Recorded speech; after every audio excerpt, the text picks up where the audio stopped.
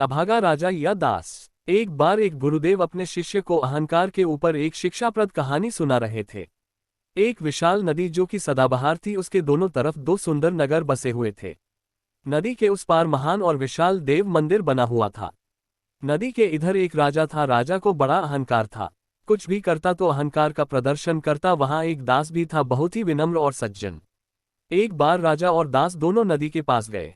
राजा ने उस पार बने देव मंदिर को देखने की इच्छा व्यक्त की।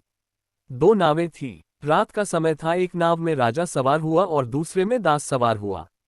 दोनों नाव के बीच में बड़ी दूरी थी। राजा रात भर चप्पू चलाता रहा पर नदी के उस पार न पहुंच पाया। सूर्योदय हो गया तो राजा ने देखा कि दास नदी के उस पार से इधर आ रहा है। दास आया और देव मंदिर का गुणगान करने लगा तो राजा ने कहा कि तुम रात भर मंदिर में थे। दास ने कहा कि हाँ, और राजा जी क्या मनोहर देव प्रतिमा थी, पर आप क्यों नहीं आए?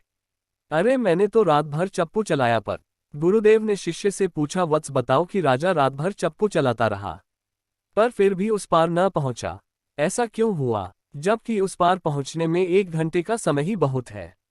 शिष्य, हे नाथ, मैं तो आपका अबोध सेवक हूं, मैं क्या जानूं, आप ही बताने की कृपा करे देव।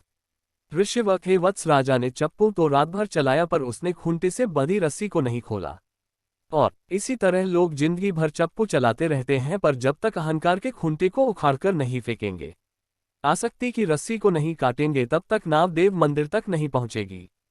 हे वत्स, जब तक जीव स्वयं को सामने रखेगा तब तक उसका भला नहीं हो पाएगा।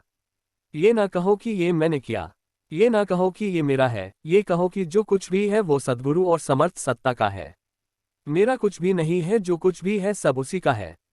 स्वयं को सामने मत रखो, समर्थ सत्ता को सामने रखो। और समर्थ सत्ता या तो सद्गुरु है या फिर इष्ट देव है। यदि नारायण के दरबार में राजा बनकर रहोगे तो काम नहीं चलेगा, वहां तो दास बनकर रहोगे तभी कोई मतलब है। जो अहंकार से ग्रसित है वो राजा बनकर चलता है और जो दास बनकर चलता है वो सदा लाभ में ही रहता है। इसलिए ऊपर वाले के दरबार में राजा नहीं, दास बनकर चलना चाहिए।